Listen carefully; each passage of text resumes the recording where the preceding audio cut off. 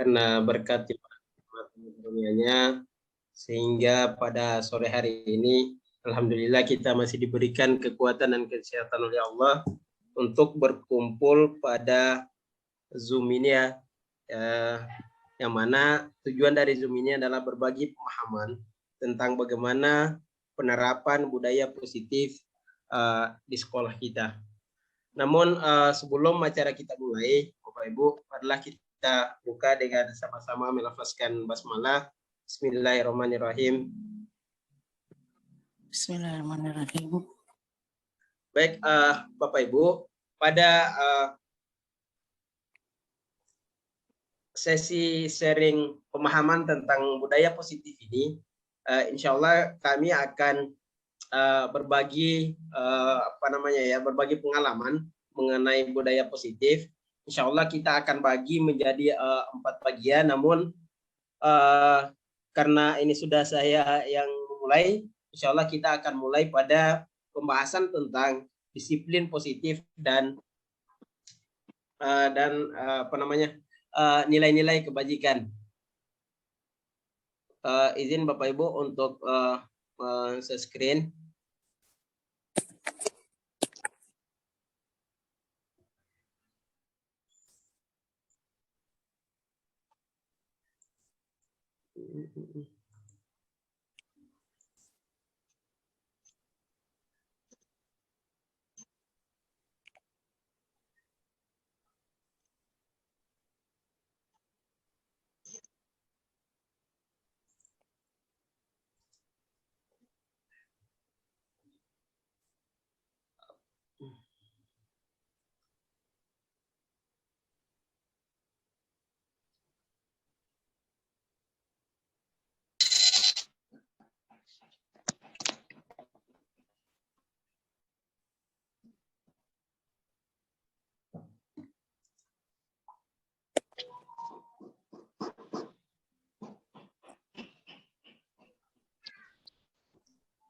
Bisa kelihatan Bapak Ibu?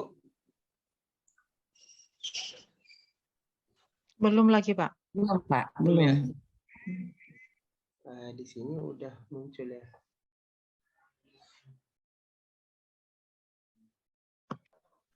Saya coba ulang ya Bu.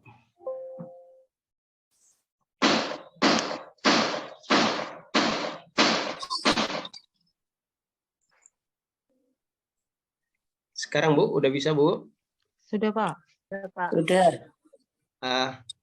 Oke, baik Bapak Ibu, pada sore ini kami akan mulai dengan sharing pemahaman mengenai disiplin positif dan nilai-nilai kebajikan universal. Nah, ini kita abaikan aja tulisannya di atas ini Bapak Ibu. Yang warna merah ini diabaikan aja.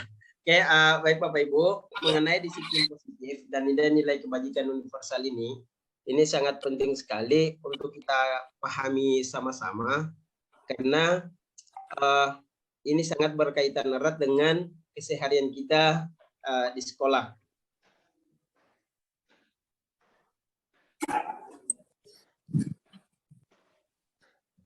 Nah, mungkin yang ini Bapak Ibu kita foto yang ada di depan kita ini mungkin tidak asing lagi bagi kita.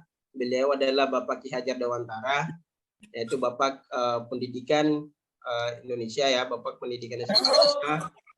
Nah, yang mana menurut Ki Hajar Dewantara ini Bapak Ibu mengibaratkan kita itu sebagai pendidik itu diibaratkan sebagai seorang petani atau tukang kebun yang tugasnya merawat tanaman yang ditanaminya agar berbuah dengan baik, sehingga tanaman tersebut akan mendapatkan perlakuan sesuai dengan kebutuhannya.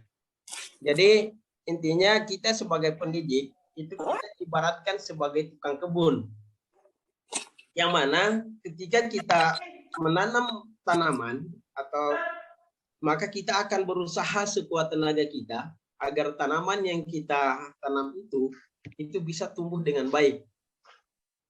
Nah, artinya usaha yang kita lakukan mungkin bisa kita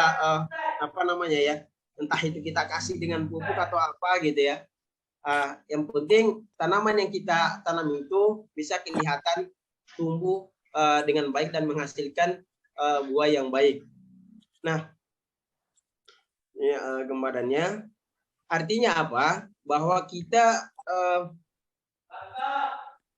kalau kita ibaratkan dengan sekolah kita, ya, kalau kita ibaratkan dengan sekolah kita,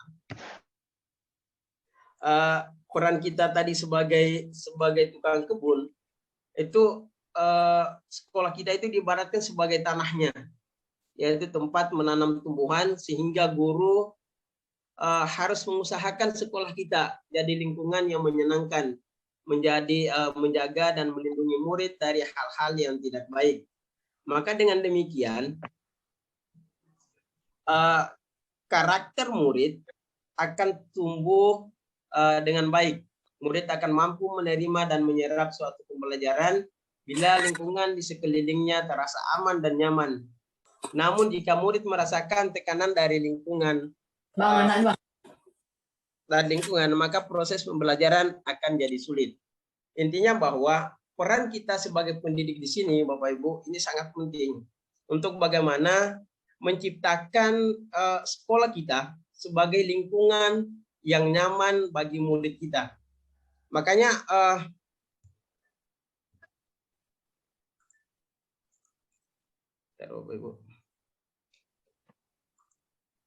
nah, makanya di sini strategi kita sebagai guru itu, Bu, itu ada dua strategi yang kita jalankan di sini. Yang pertama adalah menciptakan lingkungan belajar, kemudian saling kerjasama. Nah, menciptakan lingkungan belajar ini, kita sebagai guru semaksimal mungkin untuk menciptakan lingkungan yang aman dan nyaman. Bukan hanya untuk diri kita, tapi untuk anak didik kita. Kemudian kita juga diarahkan untuk saling kerjasama. Saling kerjasama di sini artinya maksudnya adalah kita sama-sama saling belajar, kemudian saling mendukung. Nah, maka dengan ini akan muncul ketika kedua ini kita lakukan, maka akan timbul kebiasaan-kebiasaan baik yang akan berimbas kepada siswa kita, kepada peserta didik kita, menjadi karakter yang baik sehingga tercipta lingkungan positif.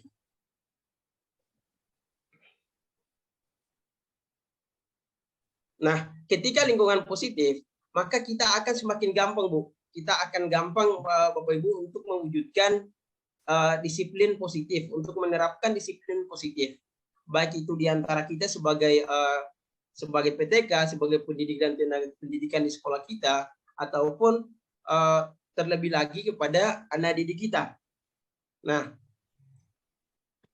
kalau misalnya lingkungan kita, sudah tercipta lingkungan yang positif, maka kita akan gampang melakukan disiplin positif sehingga tercipta budaya positif yang memang benar-benar permanen di sekolah kita. Nah, sekarang apa sebenarnya makna disiplin itu? Di sini dituliskan bahwa disiplin itu berasal dari bahasa Latin yang artinya disiplina, yang artinya adalah belajar. Makna asal dari kata ini berkonotasi bahwa disiplin diri dari murid-murid, kemudian dalam budaya kita, makna kata disiplin telah berubah menjadi sesuatu yang dilakukan seseorang pada orang lain untuk mendapatkan kepatuhan. Kecenderungan umum adalah menghubungkan kata disiplin dengan ketidaknyamanan, bukan dengan apa yang kita hargai atau pencapaian suatu tujuan mulia.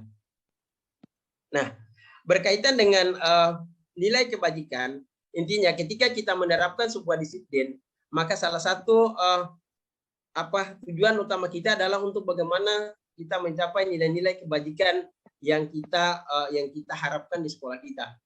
Nah, sebenarnya kalau berbicara nilai-nilai kebajikan, ini sangat banyak sekali Bapak Ibu, tapi karena kita di suasana sekarang ini kita dituntun untuk bagaimana menerapkan nilai kebajikan sesuai dengan profil pelajar Pancasila. Nah, di profil pelajar Pancasila ada beberapa nilai kebajikan yang memang kita harus wujudkan di anak didik kita. Yang pertama adalah beriman, bertakwa kepada Tuhan Yang Maha Esa dan berakhlak mulia, kemudian mandiri, bernalar kritis, berkebinekaan global, bergotong royong, serta kreatif. Artinya tujuan akhir dari disiplin dari budaya positif, dari budaya positif yang kita bangun itu tidak akan lari ke sini Bapak Ibu, ke profil pelajar Pancasila. Nah, nanti insya Allah di materi berikutnya akan dijelaskan lebih lanjut bagaimana penerapan secara langsung, kemudian praktek-praktek baik apa yang harus kita lakukan ketika kita berhadapan dengan siswa yang indisipliner di sekolah kita. Karena gini, ketika kita ingin menerapkan disiplin positif di sekolah kita, maka pastinya kita akan menemui beberapa rintangan atau beberapa anak yang memang kalau kita terapkan disiplin positif yang menurut kita adalah baik, tapi pasti akan ada saja sebagian yang entah itu mungkin mencoba-coba ataupun memang kesukaannya seperti itu, pasti akan ada yang tidak mengikuti sesuai yang kita inginkan tersebut. Makanya nanti insya Allah di materi selanjutnya juga nanti akan dipaparkan bagaimana penerapan secara langsung tentang disiplin positif ini. Mungkin ini aja Bapak Ibu sekilas insya Allah nanti kita akan perbanyak kembangkan dengan sesi tanya jawab. Mungkin Ibu Romelda saya akhiri dulu untuk sesi yang ini. Sekian, assalamualaikum warahmatullahi wabarakatuh. Oke, terima kasih ya Pak Lamusa. Baiklah Bapak Ibu, untuk disiplin positif dan nilai-nilai kebajikan universal tadi sudah dibahas oleh Pak Lamusa. Untuk saat ini saya akan berbagi tentang yang namanya teori motivasi. Sebentar ya Bapak Ibu.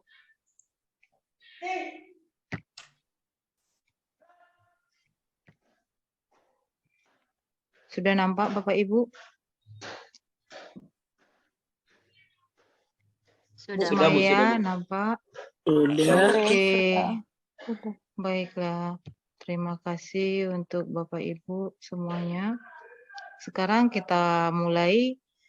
Tadi kita semua satu pemikiran untuk gimana mewujudkan disiplin, karena selama ini mungkin sesudah pandemi anak-anak kita itu kita tahu sendiri bagaimana di lapangannya. Sekarang kita coba atau kami bantu dulu. Mungkin pengetahuan kami juga belum cukup untuk mengarahkan atau juga untuk memuaskan Bapak Ibu nantinya dalam pertanyaan, tapi apa yang sudah kami dapatkan mungkin dapat kami bagikan nanti dengan Bapak Ibu tentang masalah yang namanya keyakinan kelas dan juga bagaimana kita caranya untuk penegakan disiplin, tapi disiplin dalam arti yang mau kita bahas ini adalah disiplin positif. Itu dia. Oke, baiklah, saya bantu untuk teori motivasi, hukuman, atau juga sering disebut dengan sanksi atau juga konsekuensi, kemudian penghargaan, dan mungkin bahasa yang baru mungkin restitusi. Buat saya masih baru. Oke, baiklah Bapak Ibu, untuk 3 motivasi perilaku manusia. Sekarang saya mau mengajak Bapak Ibu untuk melihat ke diri kita sendiri dulu. Bagaimana selama ini kita berperilaku itu sebagai guru? Dan apa alasan kita itu untuk melakukan segala sesuatu? Apakah kita itu melakukan segala sesuatunya karena ada dari dorongan lingkungan ataukah dari orang lain? Itu dia. Ataukah kita terkadang melakukan sesuatu itu karena kita menghindari rasa tidak nyaman, atau juga melakukan sesuatu itu untuk mendapatkan apa yang kita mau, misalnya berupa reward atau penghargaan. Sekarang, bagaimana menurut Anda? Pernahkah Anda melakukan sesuatu untuk mendapatkan senyuman dari orang lain? Saya sendiri mungkin pernah melakukannya, mungkin Bapak Ibu yang lain juga, ya silakan dijawab dalam hati masing-masing. Tujuannya itu adalah untuk mendapatkan hadiah juga, pernahkah? Atau untuk mendapatkan uang? Apalagi kira-kira alasan orang melakukan sesuatu. Sekarang mari kita bahas menurut Dain Gosen. Dalam bukunya, dia menyatakan ada 3 motivasi perilaku manusia itu. Yang pertama sekali itu untuk menghindari rasa ketidaknyamanan. Jadi dia melakukan sesuatu atau mengerjakan sesuatu itu hanya untuk menghindari rasa tidak nyaman atau agar tidak dihukum. Ini fokus kita sekarang ini ke anak didik kita yang di sekolah ya. Jadi dia melakukan sesuatu itu untuk menghindari hukuman. Yang kedua, untuk mendapatkan imbalan atau penghargaan dari orang lain. Dan yang ketiga itu, untuk menjadi orang yang memang mereka inginkan, atau dalam hal ini menghargai diri sendiri, yang nantinya kita sebut itu dengan motivasi intrinsik, dengan nilai-nilai yang mereka percayai. Dan ini yang nomor 3 ini adalah motivasi yang diharapkan sebenarnya lahir dari anak didik kita. Itu dia, motivasi intrinsik, yaitu motivasi dengan niat menghargai diri sendiri. Oke, ketiga motivasi itu untuk menghindari ketidaknyamanan atau hukuman itu, dia adalah motivasi eksternal, berarti dari luar diri dia sendiri. Kemudian, apa yang terjadi apabila saya melakukannya? Itu berarti kan, berarti saya akan terhindar dari hukuman. Kalau saya melakukannya, saya nggak kena hukum. Kira-kira begitu dia. Kemudian yang kedua, untuk mendapatkan imbalan dari orang lain atau institusi. Apa yang saya dapatkan apabila saya melakukannya? Oh, nanti saya akan diberikan misalnya penghargaan, atau saya akan disanjung, saya akan dipuji, misalnya seperti itu. Itu juga termasuk yang namanya motivasi eksternal. Kemudian yang kita harapkan itu adalah motivasi internal, atau sering juga disebut dengan motivasi intrinsik, yaitu tujuannya untuk mencapai disiplin diri atau disiplin dalam arti positif, yaitu dengan niat menghargai diri sendiri. Yaitu dapat dijadikan pertanyaan, saya akan menjadi orang seperti apa bila saya melakukannya? Berarti itu pertanyaan dari dia sendiri, dan dia sendiri yang pastinya bisa menjawab itu. Oke, sekarang saya masuk untuk pertanyaan untuk kita semua. Sekarang saya pandu Bapak Ibu semua, coba kita pikirkan diri kita sendiri. Sebagai seorang guru, saat kita masuk mengajar di kelas tepat waktu, motivasi apa yang mendasari tindakan kita? Apakah datang kita ke kelas tepat waktu karena tidak ingin ditegur oleh atasan kita? Atau kita untuk tidak mendapat surat peringatan atau ditulis mungkin di buku absensi? Ataukah kita ingin mendapat pujian dari rekan-rekan sekerja atau dari atasan kita? Ataukah kita ingin, karena ingin kita menghargai waktu, menghargai diri sendiri, dan kita ingin sebagai teladan bagi murid-murid kita. Karena kita percaya tindakan kita sebagai guru itu akan dicontoh oleh murid-murid kita sendiri. Karena kita dilihat sebagai contoh yang hidup mungkin. Kalau untuk saya sendiri mungkin untuk di bagian ini masih belum, masih banyak hal yang harus saya perbaiki untuk diri saya sendiri. Untuk Bapak Ibu guru hebat semuanya, silakan dijawab sendiri dalam hatinya. Itu mungkin. Kemudian selama ini strategi apa yang selama ini sudah kita terapkan untuk menanamkan disiplin. Sekarang yang kita garis bawahi itu adalah disiplin positif kepada murid-murid kita, dan apa hasil yang sudah kita lihat pada murid-murid kita. Mungkin hari ini kita marah agar tidak diulang, tapi besok berulang lagi. Itu dia.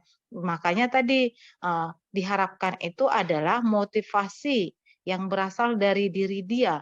Tentu kalau ada itu, hal-hal berulang itu bisa diminimalisir paling tidak. Itu dia. Kemudian, nilai-nilai kebajikan apa yang selama ini sudah berusaha kita tanamkan pada murid-murid kita di kelas dan di sekolah. Mungkin Bapak Ibu ada sebagian mungkin baru mendengar nilai-nilai kebajikan, tapi kalau menuju profil pelajar Pancasila ada 7 elemen atau 7 nilai kebajikan yang mau kita tuju. Tapi nilai-nilai kebajikan itu banyak jenisnya. Oke, sekarang mungkin ini kalau dijadikan pertanyaan atau juga dijadikan bahan berdiskusi, mungkin cukup alot. Sekarang mari kita bahas tentang hukuman, konsekuensi, dan yang namanya restitusi. Oke, Bapak Ibu, saya mulai dengan contoh kasus. Iva kurang menguasai pelajaran matematika, sehingga saat pelajaran matematika berlangsung, dia lebih banyak berdiam diri atau menggambar di buku pelajarannya. Pada saat guru matematikanya, Pak Seno, menanyakan pertanyaan, Iva menjadi gugup dan tak sengaja menjatuhkan tasnya dari kursi, serta tiba-tiba menjadi gagap pada saat berupaya menjawab. Seluruh kelas pun tertawa melihat perilaku Iva yang bicara tergagap dan terkejut tersebut. Pak Seno pada saat itu membiarkan teman-teman IPA menertawakan Iva yang tergagap dan malu luar biasa. Dan malahan minta Iva untuk maju ke depan dan berdiri di depan kelas sambil menunjuk hidungnya karena tidak bisa menjawab pertanyaan Pak Seno. Kelas menjadi gaduh dan anak-anak pun tertawa melihat Iva di depan kelas memegang ujung hidungnya. Sekarang pertanyaannya, apakah Bapak Ibu setuju dengan tindakan Pak Seno terhadap Iva? Mengapa? Itu dia. Menurut Anda, tindakan Pak Seno terhadap Iva adalah sebuah hukuman atau konsekuensi? Mungkin Bapak Ibu yang ada di room ini sekarang, kalau ada yang mau memberikan pendapat atau yang mau menjawab, apakah yang dilakukan Pak Seno itu sebuah hukuman atau konsekuensi? Silakan kalau ada Bapak Ibu yang mau membantu untuk menjawab.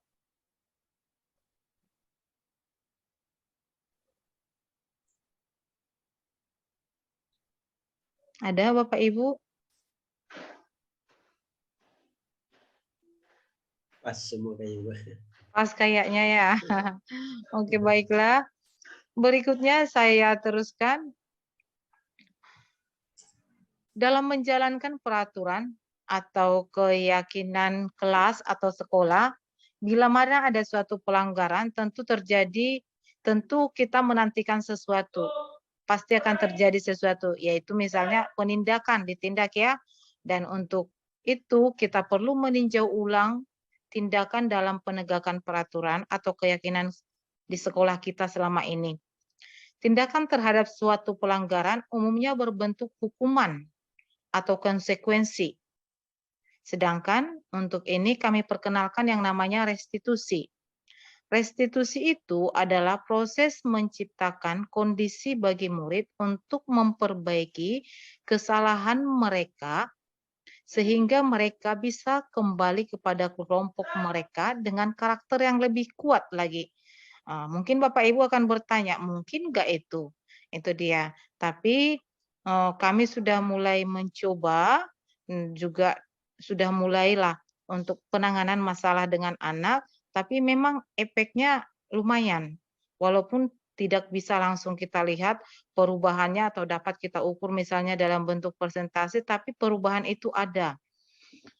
Baiklah Bapak Ibu, restitusi juga merupakan proses kolaboratif yang mengajarkan murid untuk mencari solusi untuk masalah mereka dan membantu murid berpikir tentang orang seperti apa ya yang mereka inginkan dan bagaimana mereka juga harus memperlakukan orang lain.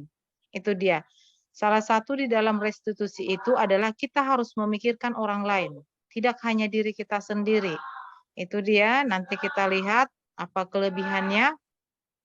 Sekarang, sebelum kita membahas lebih mendalam tentang penerapan restitusi, kita perlu bertanya dulu, adakah perbedaan antara hukuman dan konsekuensi? Bila sama, di mana persamaannya, dan bila berbeda, bagaimana perbedaannya? Di bawah ini akan diberikan suatu gambaran tentang perbedaan antara hukuman, konsekuensi, dan restitusi itu sendiri. Sedangkan sebelum saya mulai untuk membuka tabel hukuman, konsekuensi, dan restitusi, saya ingatkan dulu untuk kita kata disiplin tanpa tambahan kata positif berarti hanya disiplin doang, tidak disiplin positif. Sesungguhnya sudah merupakan identitas sukses dan hukuman itu merupakan identitas gagal. Jadi itu dulu kita kasih pelabelannya. Untuk tabel hukuman dan konsekuensi saya sajikan, mungkin filenya berbeda.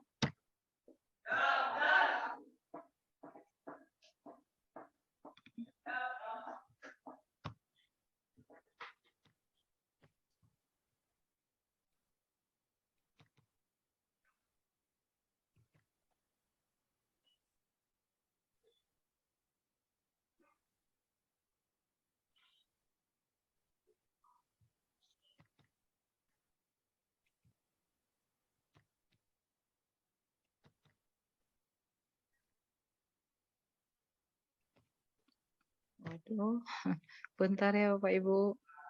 Oh ini dia.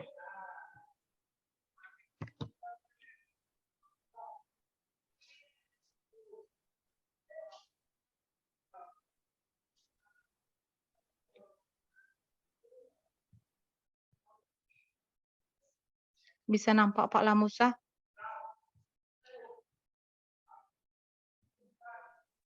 Belum Bu? Belum ya?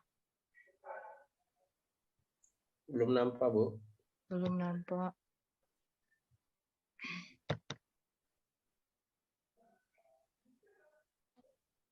Sudah, belum ya? Coba keluar dulu, Bu. Keluar dulu, nanti setelah itu masuk lagi. Maksudnya bukan keluar Zoom, maksudnya keluar dari dari screen itu. Dari screen.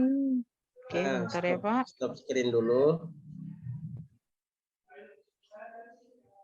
Nah, baru masuk lagi.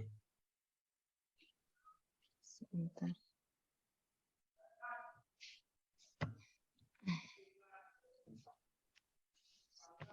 Screen.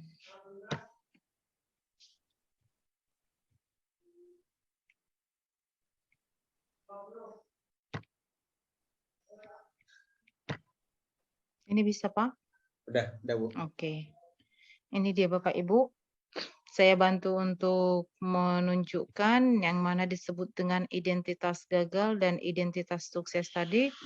Identitas gagal itu sepakat kita itu adalah hukuman, sedangkan identitas sukses itu untuk disiplin, konsekuensi, dan yang paling tinggi itu adalah yang diharapkan itu adalah restitusi. Nah, ini dia perbedaannya. Kalau di hukuman, sesuatu yang terjadi itu sesuatu yang menyakitkan harus terjadi. Karena secara namanya juga hukuman berarti kita memberi tindakan atas pelanggaran. Kemudian kalau konsekuensi sesuatu harus terjadi tapi karena sebelumnya sudah disepakati antara si murid dan si siswa. Jadi Konsekuensi itu karena adanya kesepakatan sebelumnya, jadi berbeda dengan hukuman. Sedangkan restitusi itu merupakan pilihan. Jadi bukan kita yang memberi anak itu tindakan, tetapi kita menuntun untuk mencapai dengan nanti mungkin oleh Bu Nelly nanti di segitiga restitusi, gimana caranya kita menuntut anak itu supaya dia tidak kita tindak, tapi dia sudah melakukan yang namanya restitusi. Kemudian, kalau di hukuman timbul perasaan tidak nyaman untuk terlebih-lebih untuk jangka panjang, karena hukuman itu akan dikenang dan akan mempengaruhi secara psikis. Sedangkan konsekuensi dia tidak nyaman untuk murid untuk jangka pendek karena sebelumnya sudah disepakati. Itu dia. Sedangkan kalau dengan restitusi dia menguatkan untuk murid dalam jangka panjang. Karena apa? Berarti dia di sini sudah menghargai yang namanya nilai-nilai kebajikan dan juga menghargai orang lain. Kemudian masalah korban. Kalau di hukuman ada yang namanya kalah dan menang. Jadi kalau di hukuman yang si korban harus menang dan yang si pelaku akan kalah. Jadi korban di sini mendapatkan keadilan. Sedangkan di konsekuensi juga seringkali korban itu bisa diabaikan. Itu dia. Sedangkan kalau di restitusi, korban dengan pelaku itu sama-sama menang. Jadi si korban juga mendapat ganti dan si pelaku juga karakternya lebih baik lagi. Itu dia sama-sama menang. Gimana nanti yang disebutkan dengan sama-sama menang atau gimana dalam pelaksanaannya mungkin dalam segitiga restitusi itu nanti dapat kita pahami. Dan ini Bapak Ibu cukup banyak ini bagi Bapak Ibu mungkin yang perlu nanti atau yang mau tahu dengan yang namanya budaya positif, terutama yang masalah teori, hukuman, penghargaan, itu bisa nanti kami kasihkan materinya juga, kami bagikan ini sangat banyak. Kalau kita bahas mungkin untuk saat ini tidak cukup waktu, jadi saya ambil juga yang poin-poin pentingnya saja. Yang penting tadi hukuman itu kita sepakat itu adalah identitas gagal, sedangkan konsekuensi itu timbul karena adanya kesepakatan di awal antara si murid dengan si guru. Sedangkan restitusi itu tadi adalah sudah kita ini yang mau kita capai restitusi. Bagaimana mengembalikan si anak setelah kesalahan itu terjadi supaya karakternya lebih kuat lagi. Atau dia pede atau percaya diri untuk kembali ke kelompoknya. Itu dia. Kemudian untuk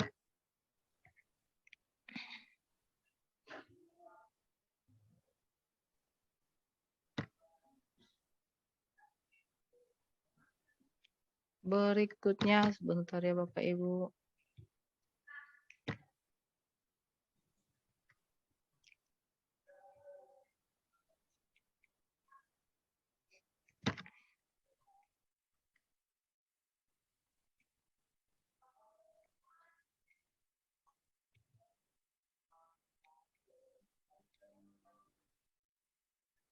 Aku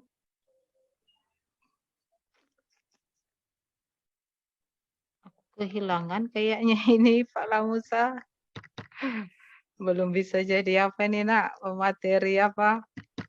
Belum ada saingan Pak Lamusa nampaknya ini. Itu ya Bu ya. Enggak, bentar Pak.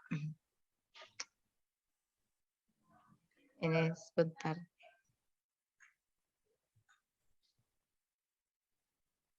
Ini tadi Pak. Udah nampak Pak? Belum. Masih berputar ya. Oh iya. Iya, jaringan kami di sini agak lolah.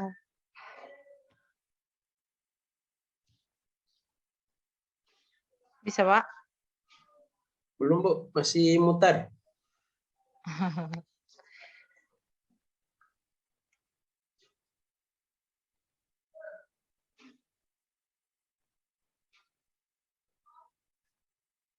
Nampak Pak? Atau saya ulang lagi nih?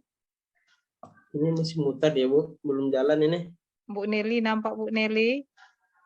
Belum, Bu. Coba keluar dulu, Bu. Keluar Mulai lagi. dari awal. Oke. Iya. Berarti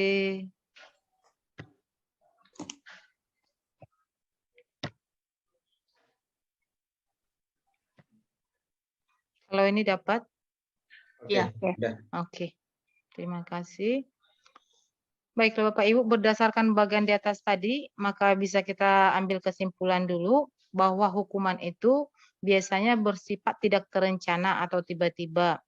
Anak atau murid itu tidak tahu apa yang akan terjadi dan tidak dilibatkan dalam apa yang diterima dia.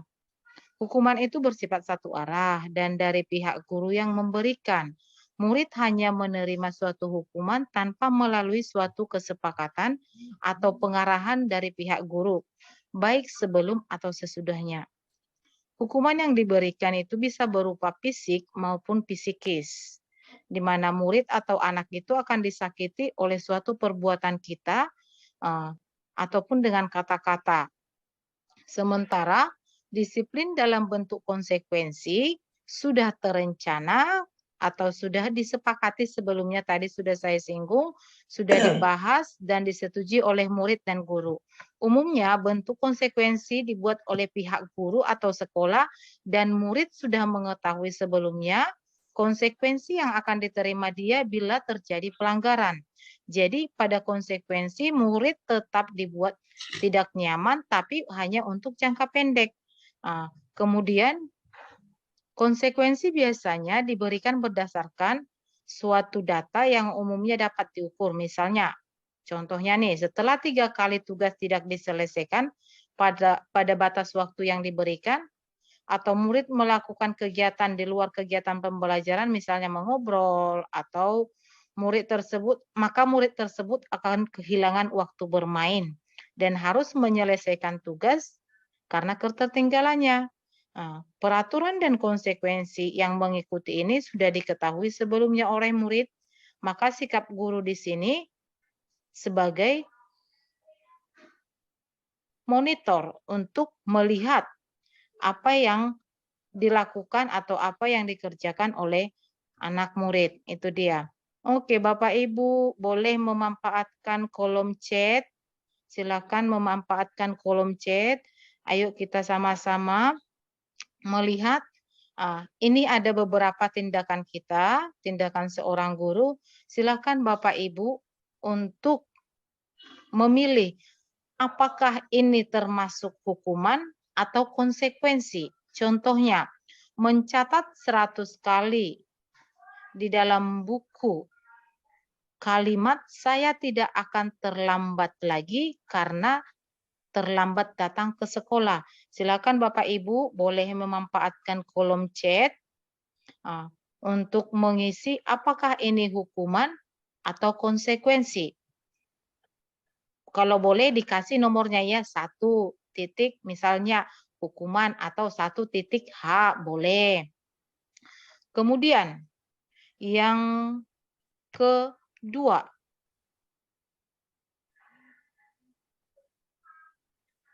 kedua, lari mengelilingi lapangan basket 2 kali karena terlambat hadir di sekolah.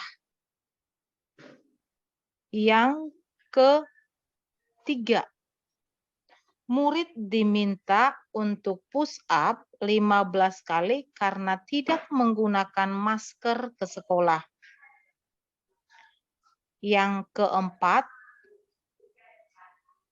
menggantikan kertas tugas teman yang telah dicoret-coret.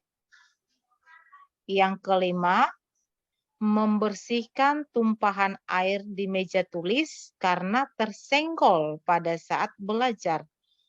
Yang keenam, murid disuruh untuk mengenakan sepatu seharian di sekolah. Ini salah. Murid disuruh untuk tidak mengenakan sepatu seharian di sekolah karena tidak mengenakan sepatu hitam. Mungkin ini pernah terjadi ya. Di sekolah saya juga ini mungkin pernah terjadi. Kemudian yang terakhir nomor 7, lari mengelilingi lapangan basket 2 kali karena terlambat 10 menit untuk pelajaran PJOK. Silakan Bapak Ibu, boleh menggunakan kolom chat. Ada 7, 1, 2, 3, 4, 5, 6, 7. Boleh hanya menggunakan 1H atau juga boleh misalnya 1 hukuman atau 1 konsekuensi. Itu dia. Saya kasih waktu 1 menit. Jadi ada 7, mungkin bisa dibaca dengan jelas Bapak Ibu. Pak Lamusa nampak Pak? Jelas Pak? Bisa, Bu. Bisa ya Pak. Makasih Pak.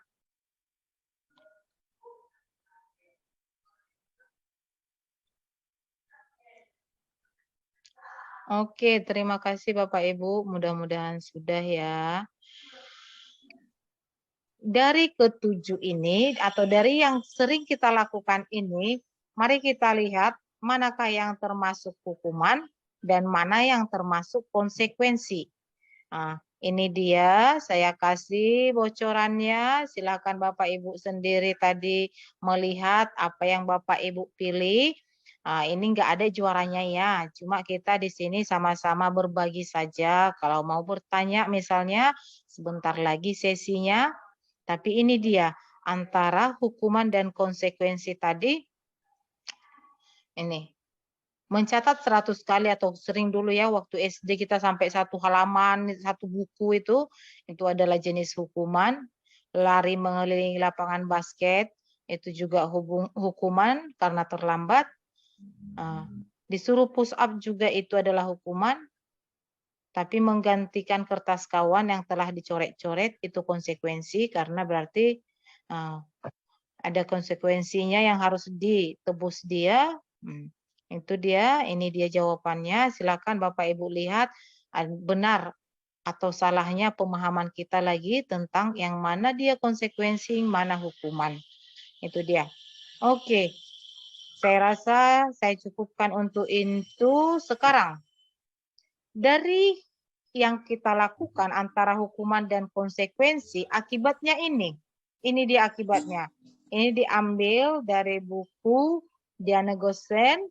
Hukuman itu sesuatu yang menyakitkan yang harus terjadi, membuat anak sakit, misalnya tidak hanya fisik, tapi bisa dalam hati untuk jangka waktu yang lama.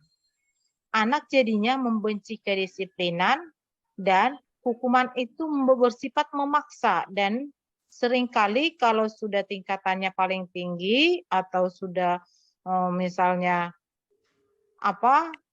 dia bisa mendorong anak untuk menyakiti diri sendiri, kemudian dia membentuk konsep diri yang buruk, kemudian anak juga akan belajar untuk menyembunyikan kesalahan dengan cara berbohong dan membuat alibi-alibi lainnya.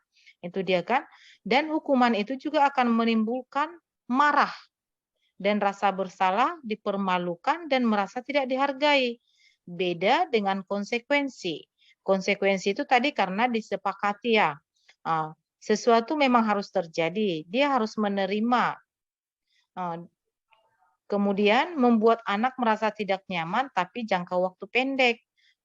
Anak lebih menghargai disiplin, ada stimulus dan juga ada tanggapan karena kan sesuai dengan kesepakatan kita. Jadi kalau pelanggaran seperti ini apa tindakannya? Itu dia contohnya mendorong anak muda untuk menyesuaikan diri, konsep diri dia akan semakin baik, anak belajar untuk mematuhi peraturan, kemudian anak tidak akan kehilangan hak dan dibuat tidak nyaman atau malah diasingkan. Itu dia perbedaan antara hukuman dengan konsekuensi.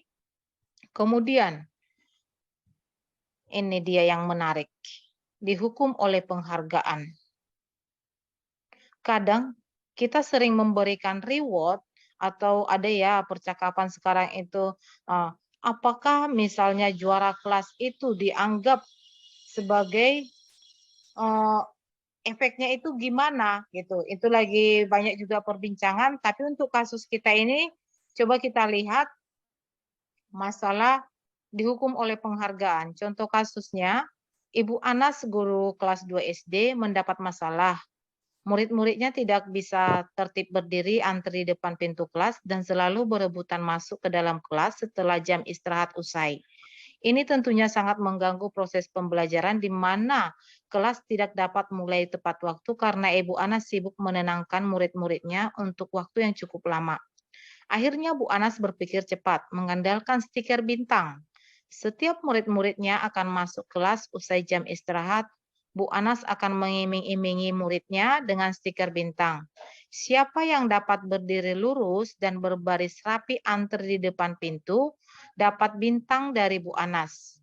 Sebagian besar murid-muridnya menyambut tantangan tersebut dan langsung berdiri rapi di depan pintu agar mendapatkan stiker bintang. Hal ini terus dilakukan Bu Anas selama beberapa minggu karena cukup berhasil membuat murid-muridnya berdiri rapi antri di depan pintu. Sampai pada suatu saat Bu Anas sakit dan terpaksa digantikan oleh Pak Heru. Pak Heru tidak mengetahui tentang stiker bintang dan benar saja pada saat mau masuk ke kelas usai jam istirahat, murid-murid kelas 2 kembali berebutan masuk kelas. Apa yang terjadi? Mengapa? Nah, berarti di sini tadi dia motivasi tindakannya itu adalah untuk memperoleh penghargaan. Itu dia kan? Kemudian, penghargaan berlaku sama dengan hukuman dalam arti meminta atau membujuk seseorang melakukan sesuatu untuk memenuhi suatu tujuan tertentu dari orang yang meminta atau membujuk. Dorongannya eksternal dan akan ada faktor ketergantungan. Jadi kalau nggak ada penghargaannya atau kalau nggak ada rewardnya, dia tidak akan termotivasi untuk melakukannya. Itu dia. Maka disebutkan dia, penghargaan itu dia efeknya hanya jangka pendek. Dan yang jangka panjang itu adalah yang namanya tadi di awal saya singgung yang motivasi intrinsik. Oke. Ada beberapa dampak dari pemberian penghargaan menurut Alficon 1993. Penghargaan itu hanya jangka pendek dan jangka panjang jika terus diberikan penghargaan itu. Penghargaan tidak efektif, penghargaan juga merusak hubungan karena apa? Orang yang tidak menerima penghargaan mungkin agak sentimen lah ya saya sebutkan kepada orang yang menerima penghargaan. Penghargaan juga itu mengurangi ketepatan atau juga menurunkan kualitas. Karena apa? Dia ingin terburu-buru menyelesaikannya biar aku dapat rewardnya, biar aku jadi juara satu, biar aku duluan gitu dia. Oke, penghargaan juga mematikan kreativitas karena tujuannya hanya untuk memperoleh penghargaan atau reward itu saat itu saja. Oke, berikutnya juga penghargaan itu menghukum. Jadi orang yang biasa-biasa saja atau yang kita kenal pemegang kunci belakang di kelas kita, anak-anak yang selalu memegang kunci di belakang, juara di belakang, mereka tidak akan termotivasi lagi. Karena dia sudah tahu, oh paling dia nanti juara kelas, yang dapat pialanya kan dia. Itu dia contohnya. Kemudian penghargaan itu juga mengurangi motivasi dari dalam diri anak. Karena apa? Dia tujuannya hanya untuk mendapatkan reward tadi. Itu dia. Kemudian yang kita harapkan itu tadi adalah restitusi. Restitusi tadi sudah kita bahas pengertiannya. Kalau perlu mungkin saya ulangi, saya tunjukkan lagi ini dia pengertian dari restitusi itu. Ini restitusi itu adalah proses menciptakan kondisi bagi murid untuk memperbaiki kesalahan mereka sehingga mereka bisa kembali lagi kepada kelompok mereka tapi karakternya lebih kuat. Dan restitusi itu juga merupakan proses kolaboratif yang mengajarkan murid untuk mencari solusi untuk masalah mereka sendiri dan membantu murid berpikir tentang dia mau jadi seperti apa dan bagaimana dia memperlakukan orang lain. Itu. Ini dia tadi kebaikannya. kebaikan daripada restitusi itu 9 ciri-ciri restitusi. Ini dia. Bukan untuk menebus kesalahan karena tidak ada yang menang kalah, tapi sama-sama menang. Namun untuk belajar dari kesalahan. Dan yang kedua, restitusi itu akan memperbaiki hubungan. Dan yang ketiga, restitusi itu adalah tawaran, bukan dipaksa. Restitusi itu juga menuntun untuk melihat ke dalam diri. Restitusi mencari kebutuhan dasar yang menjadi tindakannya. Restitusi adalah cara yang paling baik, yaitu restitusi diri, dan restitusi itu juga fokus pada karakter pembentukan karakter anak, bukan pada apa yang merupakan kesalahan dia atau bukan pada tindakannya. Restitusi itu fokus pada solusi, dan restitusi itu tujuannya adalah mengembalikan murid yang bersalah pada kelompoknya dengan harapan karakternya lebih kuat lagi. Mungkin itu yang bisa saya bagikan untuk sesi ini tentang teori motivasi, hukuman, penghargaan, restitusi. Itu mungkin yang bisa saya bagikan. Selanjutnya mungkin dapat dilanjutkan oleh Ibu Maya Triangga. Dan sampai yang terakhir nanti Bu Nelly dengan topik yang sangat menarik. Dan untuk Ibu Maya Triangga kami persilahkan.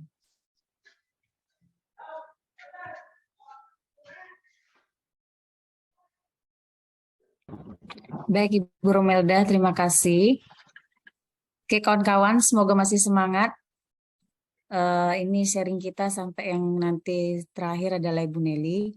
Mudah-mudahan kita masih semangat, walaupun sudah waktu menunjukkan 4:30. Nah, dalam membahas tentang restitusi, kedisiplinan, hukuman, restitusi nanti baru mau disampaikan dengan Ibu Nelly. Nah, hukuman-hukuman itu kita hindari dengan membuat keyakinan kelas.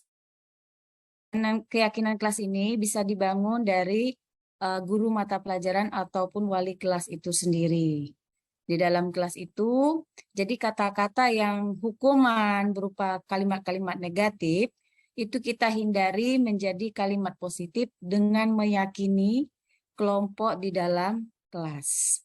Baiklah, saya akan men-sharingkan tentang keyakinan kelas ini.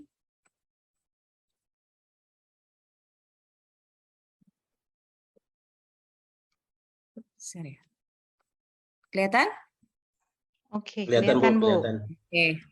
Keyakinan kelas yang kita buat, jadi setelah ada pembahasan budaya positif, lalu ada hukuman, ada konsekuensi, ada lagi untuk menghindari hal-hal itu supaya kita dapat berlanjut. Misalnya melakukan kegiatan belajar mengajar di kelas dengan lancar. Untuk menghindari hukuman-hukuman yang kita lakukan, kita membuat kesepakatan dengan siswa, yaitu dengan kalimat keyakinan kelas untuk menghindari kata-kata yang bernilai negatif. Oke, kita mulai dari kepengertiannya dulu. Dari pengertiannya ini, keyakinan kelas adalah salah satu disiplin positif yang bisa kita terapkan dalam membangun budaya positif di sekolah. Dengan adanya keyakinan di kelas, di setiap kelas diharapkan dapat mewujudkan tujuan pendidikan yang berorientasi kepada profil Pancasila. Profil Pancasila tadi yang sudah dijelaskan oleh Pak Lamusa. Oke, kita lanjut lagi. Hubungan keyakinan kelas dengan budaya positif itu seperti apa? Nah, hubungannya adalah salah satu yang paling penting dalam menciptakan budaya positif adalah tentang keyakinan kelas itu sendiri. Keyakinan kelas itu berbeda dengan peraturan kelas. Keyakinan kelas lebih bersifat universal, menggunakan kalimat positif dan motivasi. Dengan demikian, peserta didik tergerak dalam dan bersemangat untuk menjalankannya. Keyakinan kelas diperbaiki sewaktu-waktu. Faktor penting lain dalam menciptakan budaya positif adalah melakukan restitusi yang nanti akan dilanjutkan oleh Ibu Nelly. Selanjutnya, penerapan keyakinan kelas. Keyakinan kelas itu diterapkan sebagai salah satu cara dalam membangun budaya positif. Keyakinan kelas harus berpihak pada murid dan dirumuskan bersama murid untuk membangun kemandirian mereka. Guru hanya sebagai fasilitator. Dalam hal ini keyakinan kelas dibuat secara universal yang mencakup berbagai aspek kesepakatan atau aturan yang sudah berlaku di dalam kelas tersebut. Budaya positif sekolah disusun secara struktur dan sistematik dengan melibatkan seluruh stakeholder sekolah. Budaya positif sekolah ini dibuat untuk meningkatkan karakter sumber daya manusia yang ada di sekolah tersebut. Oke, kita lanjutkan. Lalu ada tujuannya kita membuat keyakinan kelas itu. Tujuan dari penerapan keyakinan kelas yaitu antara lain, 1. Menumbuhkan keterlibatan murid dalam apa nih? Dulu ya, kita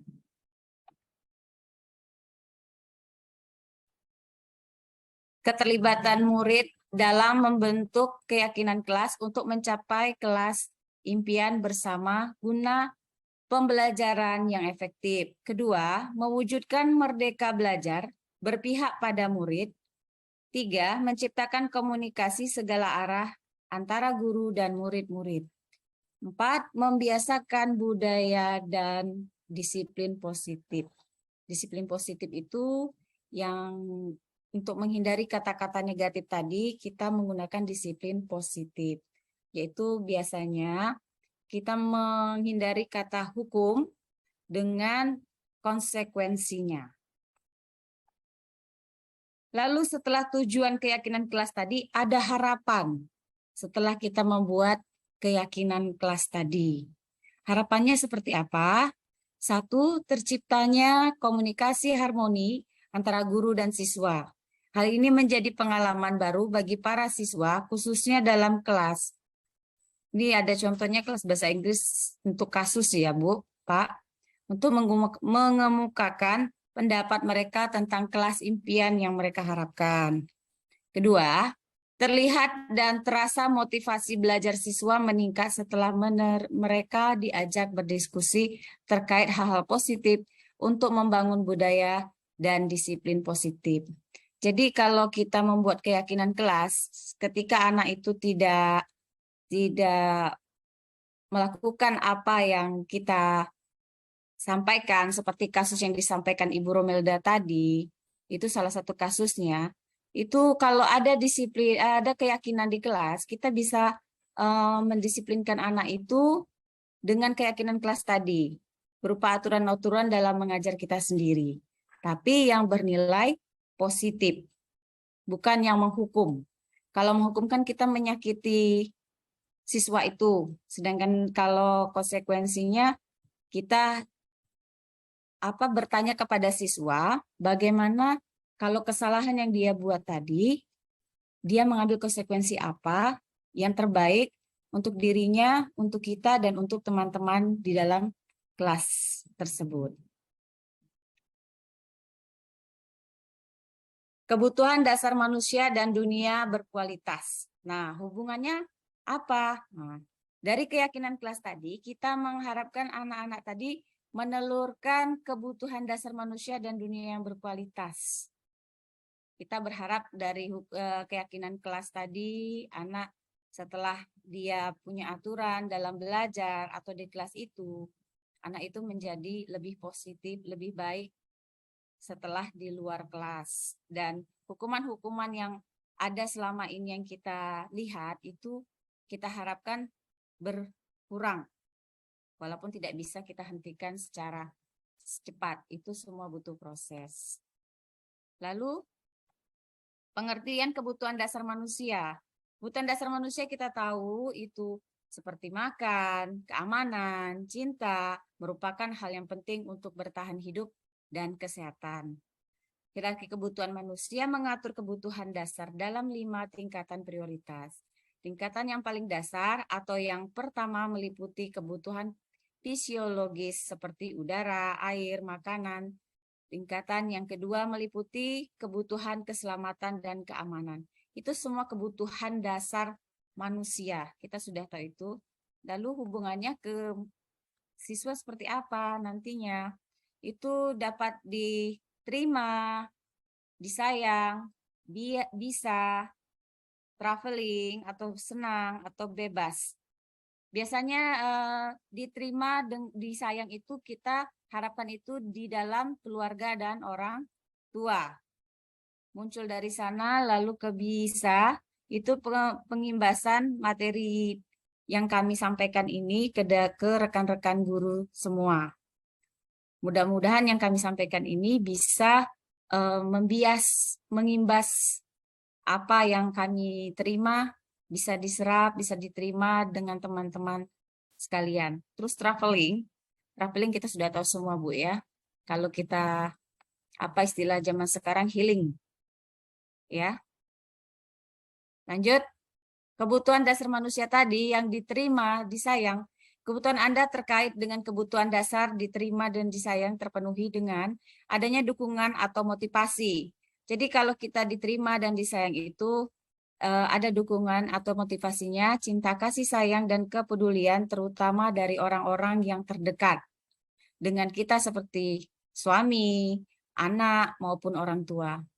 Bisa di sana, bisanya itu kebutuhan Anda terkait dengan kebutuhan dasar bisa terpenuhi dengan terus berlatih, bekerja keras, berikhtiar, berkarya, dan tidak pernah putus asa dalam memenuhi kebutuhan dasar.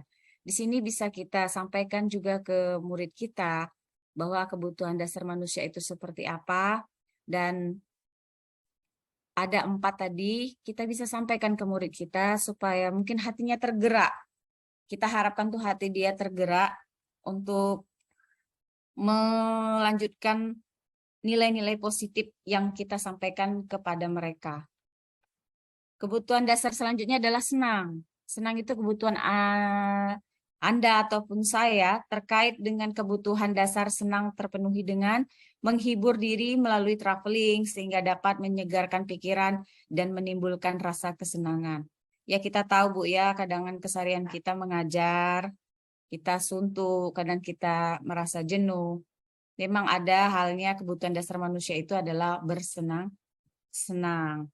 Lalu bebas. Kebutuhan Anda terkait dengan kebutuhan dasar bebas terpenuhi dengan suka mencoba-coba, selalu bergerak, dan tidak terlalu terpengaruh orang tua. Nah, dalam keyakinan kelas ini tadi, kita bisa mengontrol siswa melakukan kesalahan mungkin atau yang tidak pas dalam kita menyampaikan materi, itu ada namanya posisi kontrol. Nah, itu nanti akan dijelaskan oleh Ibu Nelly. Kepada Ibu Nelly, kami silakan melanjutkan. Terima kasih, Bu.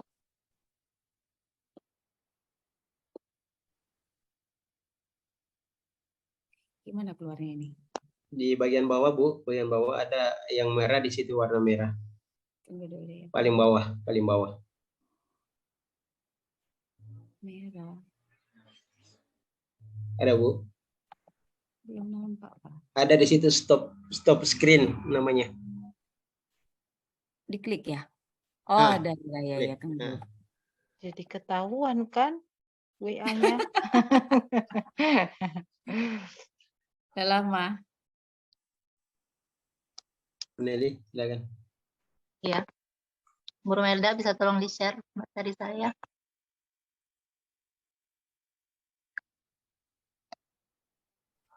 Bentar ya, Ya, Bu. selamat sore Bapak Ibu. Assalamualaikum. Semoga masih semangat.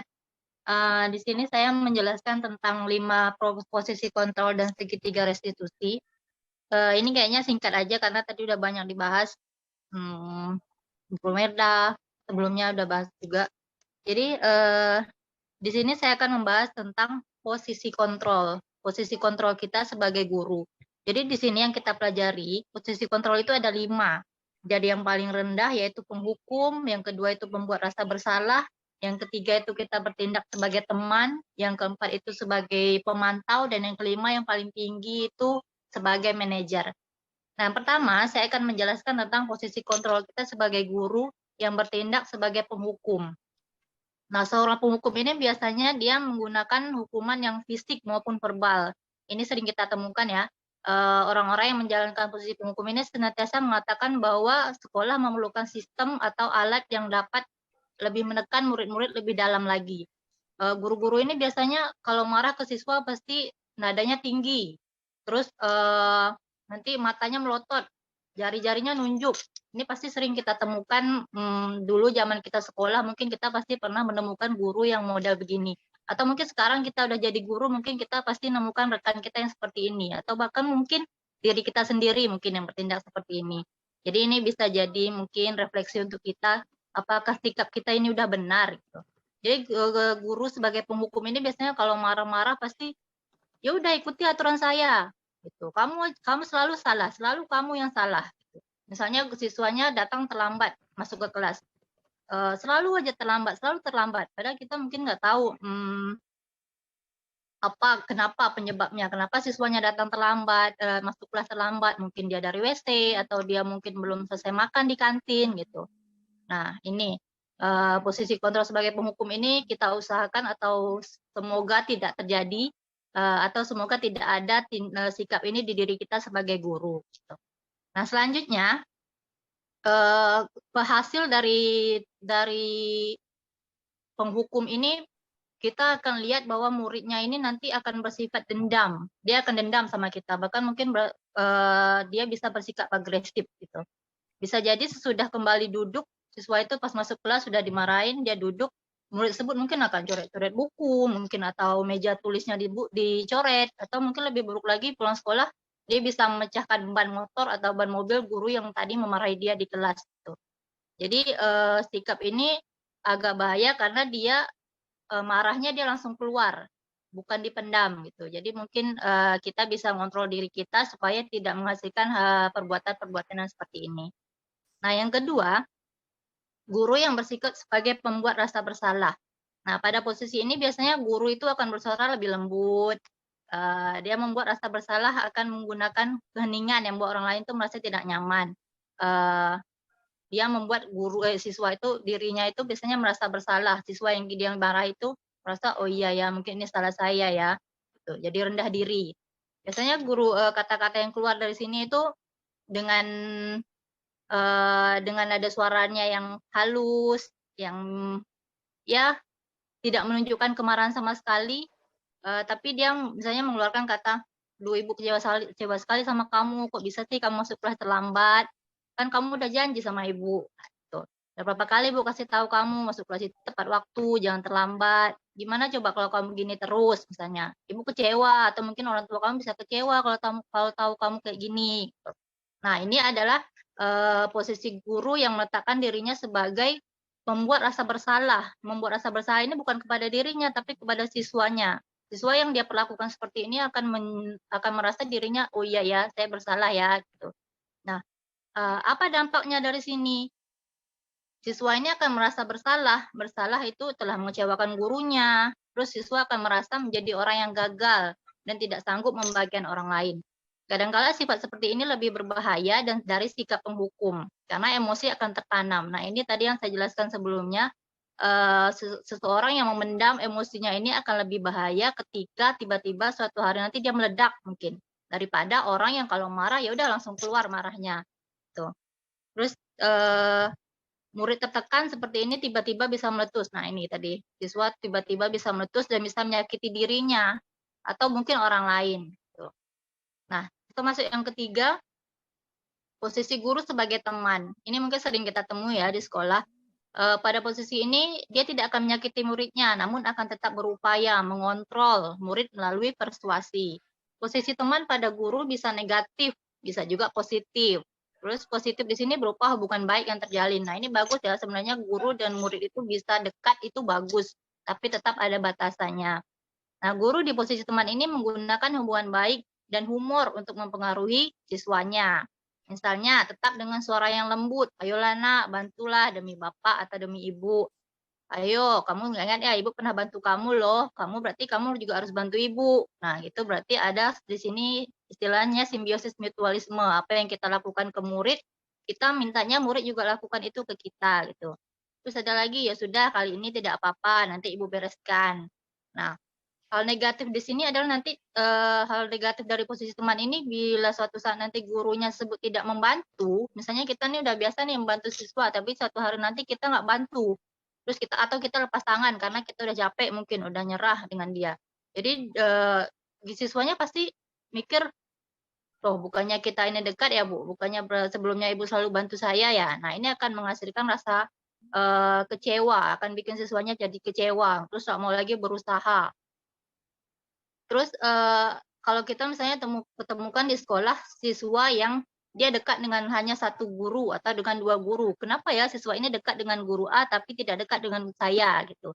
Nah, inilah dampak dari guru yang bersikap sebagai menempatkan dirinya sebagai teman. Siswa ini dia membuat siswa merasa nyaman dengan dia tapi tidak dengan guru lain gitu. Karena mungkin pelakuan dia ke siswa ini lebih spesial daripada guru yang lain ke siswanya gitu. Nah, apa dampaknya dari sini? Murid akan merasa senang dan akrab dengan guru. Ini bagus sebenarnya. Ini terbentuk dampak yang positif. Hanya saja di sisi negatifnya murid menjadi tergantung pada guru tersebut. Dia pengennya sama guru itu terus. Nah, bila ada masalah dia merasa bisa mengandalkan guru tersebut untuk membantunya. Misalnya dia dihukum atau apa, dia pasti nyari guru itu untuk bantu dia gitu. Akibat lain dari posisi teman ini, dia akan berbuat mungkin sesuatu yang yang nyuruh adalah guru tersebut, dia akan mau. Tapi kalau giliran guru lain yang nyuruh atau minta tolong, dia bisa nolak atau ya istilahnya dia nggak mau gitu. Pokoknya dia maunya sama guru yang biasa sama dia. Nah ini adalah guru yang bertindak sebagai teman, dia menempatkan dirinya sebagai teman. Yang keempat, ada guru yang bertindak sebagai pemantau. Nah ini tadi sebelumnya sudah dijelaskan juga. Memantau ini berarti mengawasi. Pada saat kita mengawasi, kita bertanggung jawab atas perilaku orang-orang yang kita awasi. Posisi pemantau berdasarkan pada peraturan-peraturan dan konsekuensi. Nah, ini sebelumnya mungkin sudah dijelaskan, contohnya mungkin tadi siswanya datang terlambat. Pelajaran sudah kita mulai nih, misal 15 menit atau 20 menit. Tapi siswanya baru masuk, berarti dia ketinggalan nih pelajaran kita. Terus kita mengharuskan siswanya untuk tinggal 15 menit atau 20 menit lebih lambat daripada teman-temannya. Berarti jam istirahatnya terpotong nih gitu. Dia harus mengerjakan tugas atau dia harus mendengar penjelasan gurunya dari awal lagi. Nah, di sini nih akan dipantau terus sama gurunya. Gitu. Contohnya nih ada contoh dialognya misalnya, Adi kamu tahu kan jam berapa ini kita mulai? Tahu Pak. Nah ini juga tadi contohnya terlambat. Apa kamu sudah mengerti konsekuensi yang harus dilakukan bila terlambat? Paham Pak, saya harus tinggal di kelas pada jam istirahat nanti. Nah, kegiatan seperti ini akan menghasilkan murid yang dia memahami nih konsekuensi yang harus dijalankan karena telah melanggar salah satu peraturan sekolah.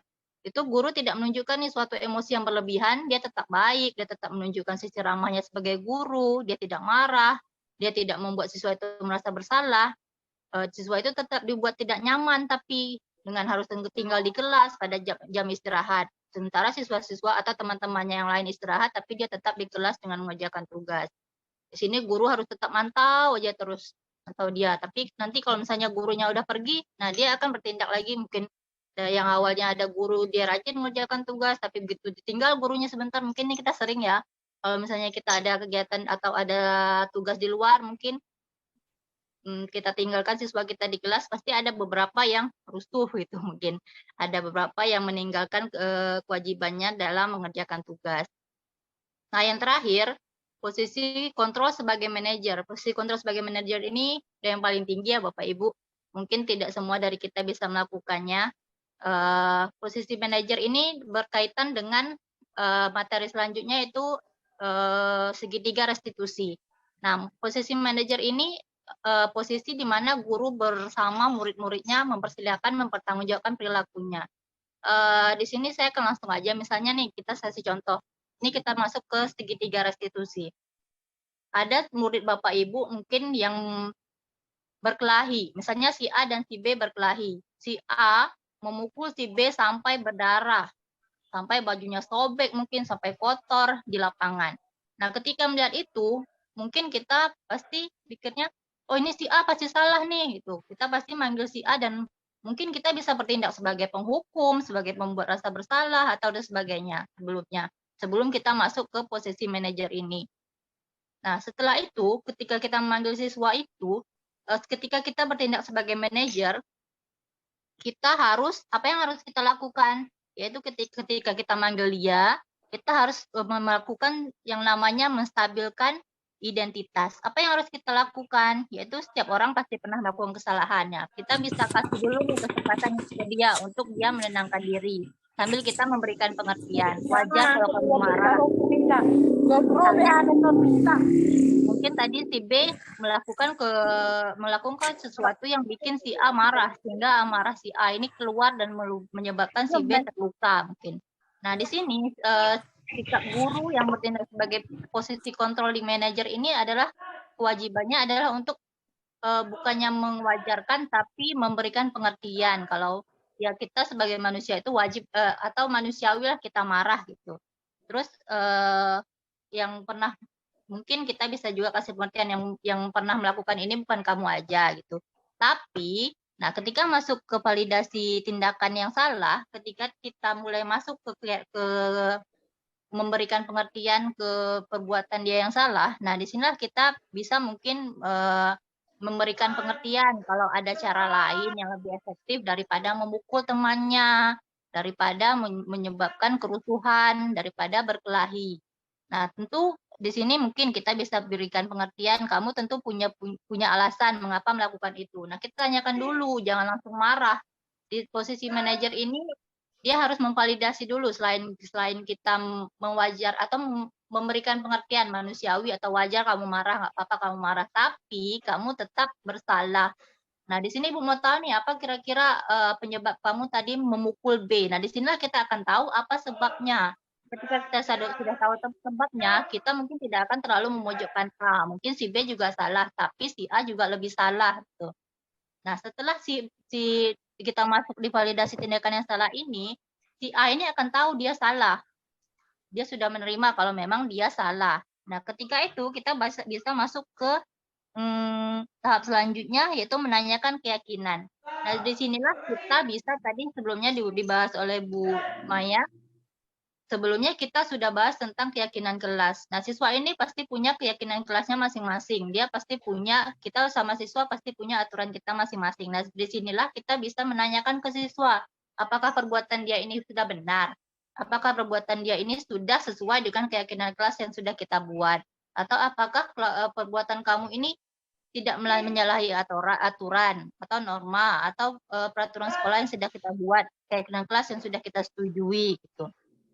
Terus setelah itu, setelah dia menyadari dia salah, nah kita akan tanyakan lagi, kira-kira apa yang akan kamu lakukan untuk menebus kesalahan kamu ke B, mengingat si B ini tadi terluka.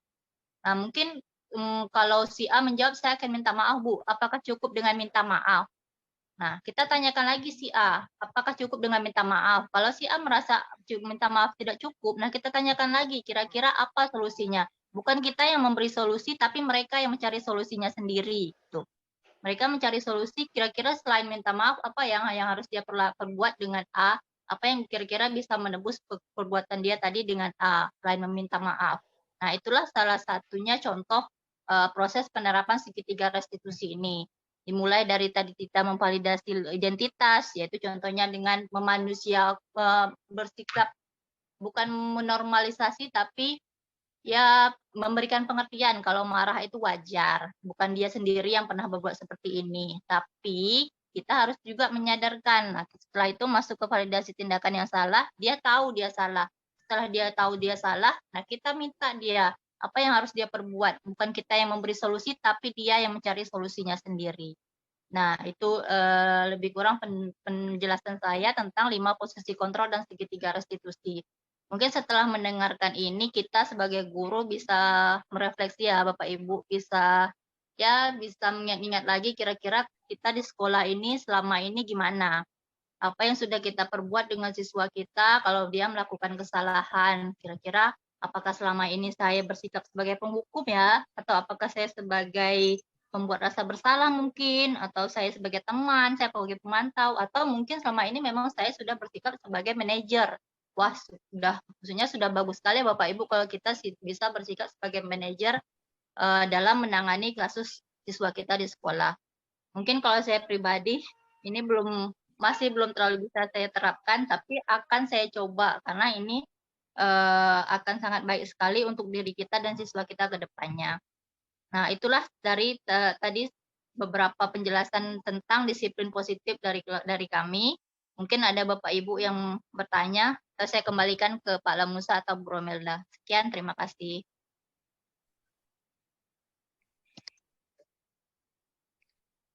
Terima kasih Bu Nelly, terima kasih Bu Maya, terima kasih Pak Lamusa, dan terima kasih juga buat kita semua yang hadir saat ini. Untuk Bapak Ibu semuanya, mungkin ada pertanyaan atau ada hal yang mau kita seringkan bersama, baik itu berupa kasus yang kita alami di sekolah atau apa. Kami bukan untuk menggurui, tidak. Karena kami juga sama seperti Bapak Ibu semuanya, kita sama-sama belajar, itu saja. Hanya mungkin langkah kami saja duluan belajar di depan. Siapa tahu langkah yang kami tempuh itu bisa kami bagikan dengan teori atau yang sudah kami praktekkan. Kami persilahkan kalau ada Bapak Ibu guru yang mau bertanya.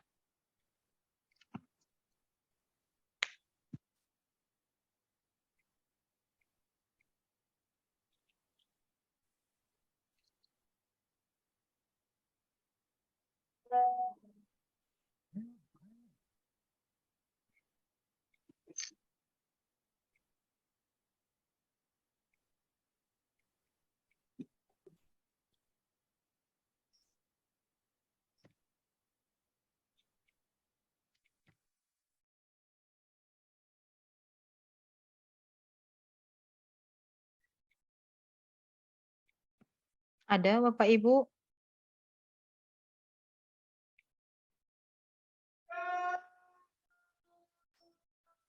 Mungkin Bu Rosa atau mungkin Bu Indah, Bu Johan Rika, atau mungkin Bu Nadia, Bu Mimi, Bu Sinta atau siapa aja, atau Bu Erlina. Nah, silakan Bapak Ibu kalau ada yang mau ditanyakan, nggak harus mengaktifkan kamera, yang penting bisa sama-sama kita berbagi di sini.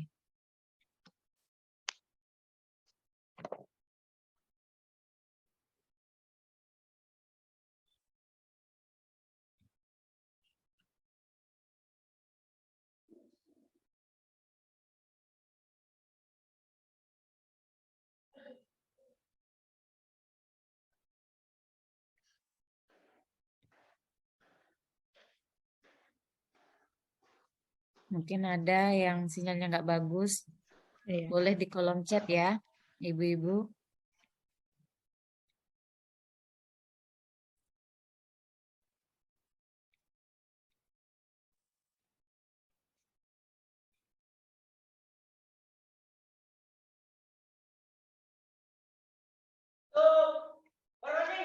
Saya malah jadi takut ini Bu Maya, penjelasan kita nggak jelas atau gimana ya?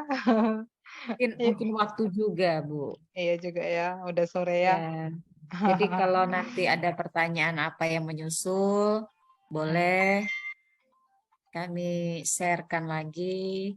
Perwakilan dari sekolah masing-masing juga ada. Boleh lewat pertanyaan itu nanti, atau besok kita tatap muka di sekolah, di majelis. Boleh ibu-ibu dan bapak-bapak dipersilakan bertanya lebih intens. Jadi kita kembalikan ke Pak Lamusa. Bu Erlina mau bertanya kayaknya lewat chat, Bu. Iya. Silakan Bu Ya. Erlina. Nggak ada Dena ini kan lagi. Boleh Bu Erlina, silakan Bu Erlina. Kalau nggak usah dihidupkan kameranya. Saya tidak bertanya kan. Tadi itu pas penyampaian materi. Oh iya, cuma Ya. lelah. Bagaimanalah, Masih bagaimanalah kan? masih pemateri yang baru keluar dari cangkangnya Bu Erlina. Jadi mohon maaf ya.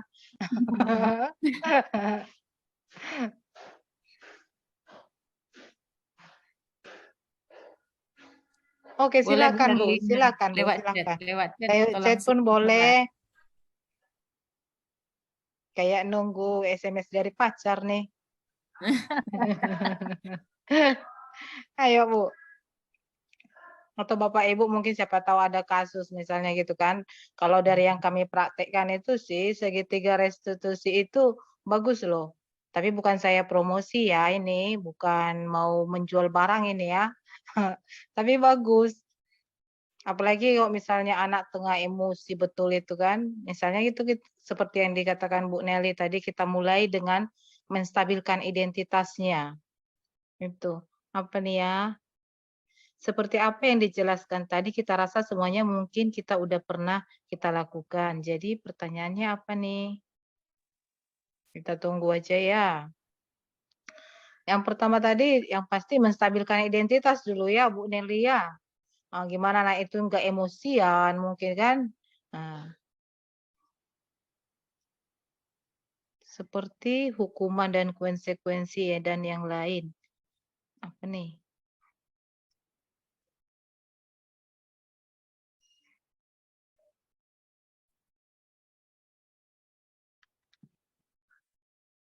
Mungkin situasinya mungkin ya, Apa yang ya? Itu ingin ditanyakan Ibu nih, Bu nggak tahu Erlina. kita tunggu saja. Kalau situasi anaknya yang terlalu, Apalagi nih ya?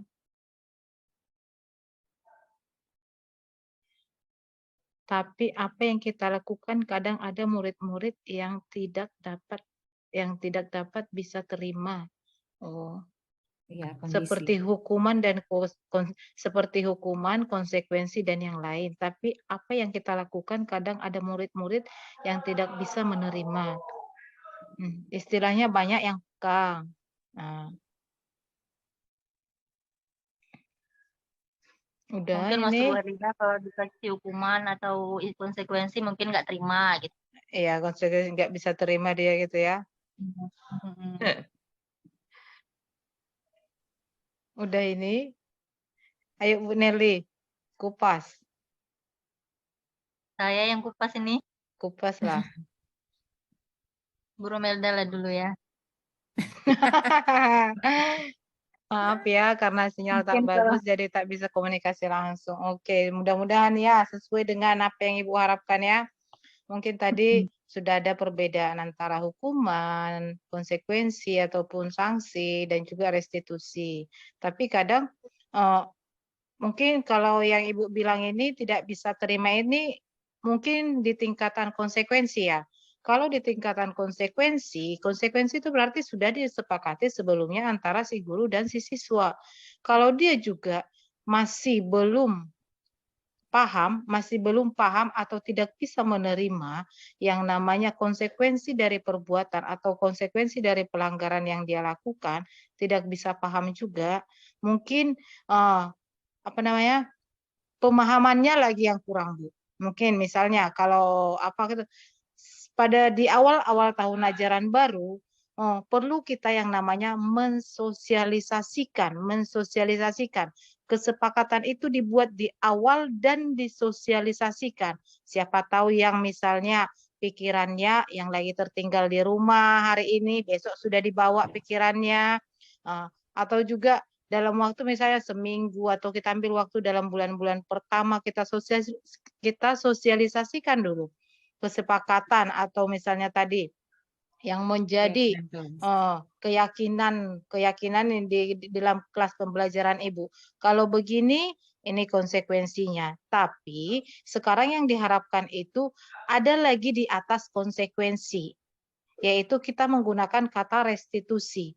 Biarkan anak itu bukan kita yang emosi, bukan kita yang tegang atau kita yang marah-marah, biarkan dia mengingat apa kesalahan dia, dan biarkan dia, ibarat kata bahasa awamnya, dia menghukum dirinya sendiri. Dia yang menyebutkan dia bersalah dan dia yang menghukum dirinya sendiri, karena mengakui kesalahan juga itu sudah termasuk hukuman kan? Itu. Terus sudah termasuk hukuman, tapi bukan kita yang melakukan. Mungkin seperti itu, atau mungkin bisa ditambahkan lagi sama Pak Lamusa, Bu Nelly, Bu Maya. Mungkin kalau bisa saya tambahkan, Bu, siswa ini mungkin kalau kita bisa melenceng, kebutuhan dasarnya belum terpenuhi mungkin. Ada siswa mungkin kalau kita marahi dia makin jadi, atau dia sering cari mungkin dia menentang atau apa itu mungkin untuk mencari perhatian mungkin gitu. Ini memang masalah kebutuhan dasar ini memang agak susah karena bukan kita yang membesarkan mereka ya Bapak Ibu. Jadi mungkin entah dari rumah masalahnya. Karena siswa sekarang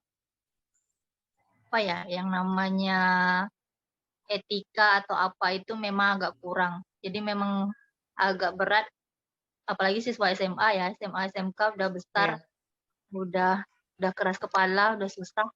Ya mungkin itu pendekatannya memang harus lebih ekstra. Pendekatan pertama belum berhasil, kedua belum, ketiga belum, mungkin dari kelas 1 mungkin susah belum, kelas 2 belum juga, mungkin nanti kelas 3 mungkin gitu. Tugas kita yaitu jangan menyerah lah. Tetap berusaha untuk menerapkan segitiga restitusi tadi. Mungkin kalau menurut kita salah, mungkin tidak sepenuhnya dia salah, mungkin ada juga kita salah mungkin gitu. Jadi sama-sama kita introspeksi diri, kita lebih pengertian lagi mungkin, walaupun memang menguras kesabaran kita ya Bapak Ibu, kalau siswa yang seperti ini. Aja sih, mungkin ada tambahan yang lain.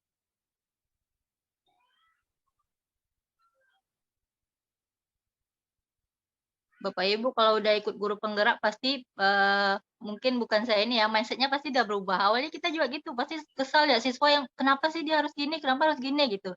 Kenapa sih di kelas susah banget diajarin gitu. Tapi setelah kita ikut guru penggerak ini pasti mindset kita sedikit berubah gitu, lebih ikhlas lah itu aja.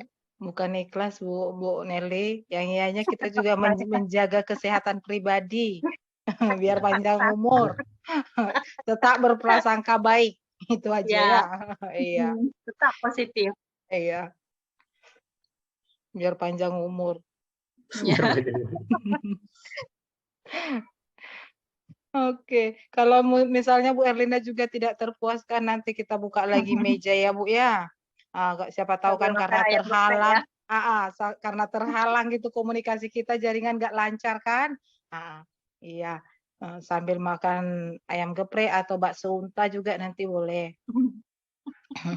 Oke Bapak Ibu, ada lagi mungkin yang lain atau kita buka meja di sekolah masing-masing nih? Karena masalah budaya positif pasti dibahas lagi nanti di sekolahnya masing-masing. Mungkin ini kami buka secara virtual untuk pembukaan dulu. Itu pasti dibahas di sekolah masing-masing, apalagi kalau kita sudah masuk nanti kurikulum merdeka, itu pasti ya. Kalau ada lagi Bapak Ibu, kalau tidak ada lagi, mungkin gimana ini Pak Lamusa? Udah cukup kayaknya Bu, kayaknya udah mau malam juga soalnya. Oh iya. Atau mungkin Bu Anggi ada mau ditanya? Jauh-jauh nih dari Kalimantan loh.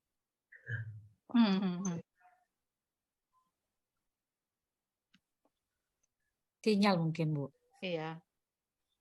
Ya sudah. Ayolah Pak Lamusa, berarti mungkin nggak ada lagi, atau kalau ada nanti kita seringkan sama-sama ya. Nanti insya Allah kita perkuat lagi di sekolah masing-masing lah Bu. Iya. Kalau di sekolah kami kan ini kebetulan di sini kami ada beberapa orang yang masuk ya. Yang kami undang itu dari kesiswaan, kemudian dari guru BK, karena saya punya impian besar sebenarnya kalau kami itu di sekolah kami itu ada sosialisasi khusus tentang yang ini Bu. Ya, karena memang sangat penting sekali rasanya. Oke, mungkin Bu udah ini ya, udah selesai ya. Oke Pak, bisa ditutup. Baik Bapak Ibu, karena agenda kita sudah selesai, penyampaian materi sudah selesai semua. Kami ucapkan terima kasih banyak ini atas kesediaannya untuk sama-sama berbagi tentang budaya positif ini. Mudah-mudahan apa yang kita dapatkan hari ini itu bisa kita coba terapkan di sekolah kita masing-masing, dan kemudian kita juga bisa meneruskan ke kawan-kawan lain manakala apa yang kita dapatkan pada sore ini itu bermanfaat menurut kita. Oke, baik Bapak Ibu, kita akhiri diskusi kita pada sore ini dengan sama-sama melafazkan hamdalah. Alhamdulillahirabbil alamin. Assalamualaikum warahmatullahi wabarakatuh. Waalaikumsalam warahmatullahi wabarakatuh. Ikut kali suara Bu Eka jawab salamnya udah penutup. Lesia soalnya. Aduh, rekodnya Kak. Itulah langsung kedengaran suaranya. Aduh, udah. Kami lagi serius nih dengarkan nama Bu Leni nih. Oh ya, iya ke. Oke lah, makasih ya Bapak Ibu semuanya ya. Terima kasih banyak udah membantu kami juga. Nggak bisa kami balas. Hanya ucapan terima kasih. Bye-bye semua. Bye-bye. Kok timbul Aisyah? Iya, mana kue ulang tahun itu ya? Almarhum. Aku nggak dapat tadi, Ndak. Siapa juga yang dapat, Mana orang ada dibawa data? dia balik. Ih. Oh. Siapa yang ngasih, Ted? Kau yang ngasih, Ted? Enggak. Oke, bisa izin leave? Lah, bye. Yuk. Bye. Udah ya, aku mau cuci periuk dulu ya. Ocha.